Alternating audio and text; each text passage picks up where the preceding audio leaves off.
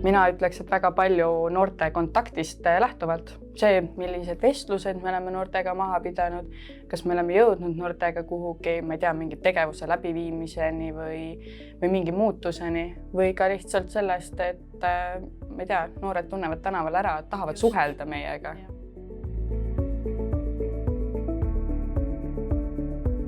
Kindlasti see, et nad muutuvad julgemaks. Nad teavad, mida nad tahavad. Kindlasti ka algatusvõime, et nad tahavad sinuga koos mingisuguseid asju korda saata. Ja nad saavad teadlikuks üldse, missugused võimalused neil on.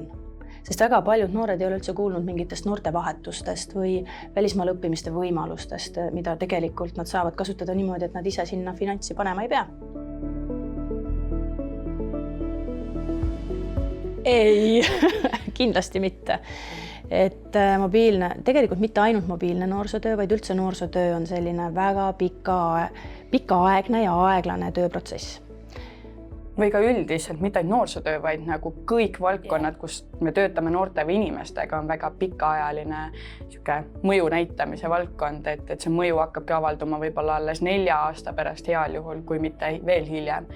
Ja sellest tulenevalt on noorsootöö ja lisaks nagu teised noortega töötavad valdkonnad võrdlemisi keerulised, vaimselt keerulised valdkonnad, et sa ei saa seda spetsialistina, sa ei saa seda eduelamust niivõrd kiiresti kätte. Ja tagantjärgi hea on, kui saad, sest kas sa kohtud selle noorega uuesti või mitte.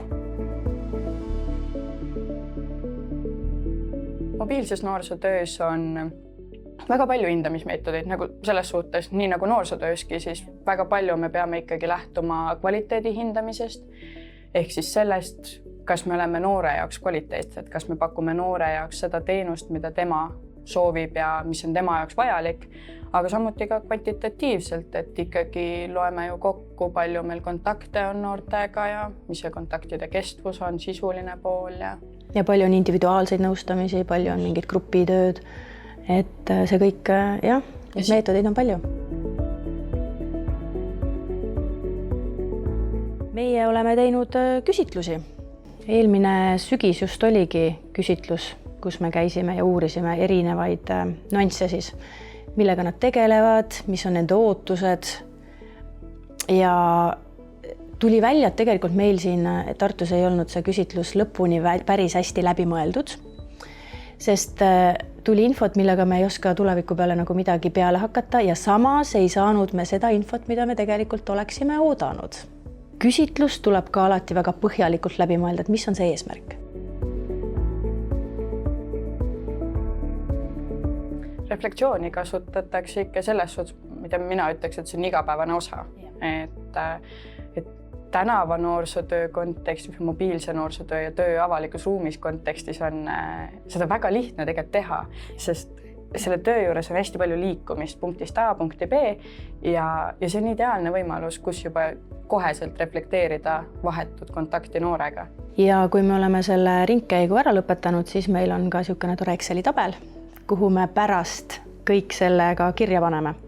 Niimoodi, et kogu meeskond saab siis lugeda, analüüsida ja sealt pealt me saame ka meeskonna tugevamaks, et missugused teemad üles kerkisid, mida edaspidi teisiti teha.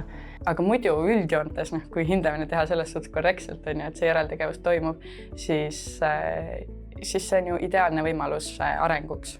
Ideaalne võimalus mõista iseenda pädevusi, võimalusi, oskusi, tugevusi, nõrkusi.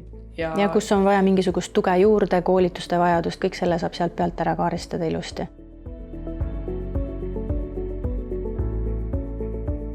See on minu meelest nii tore, kui tulemused ei ole ootuspärased.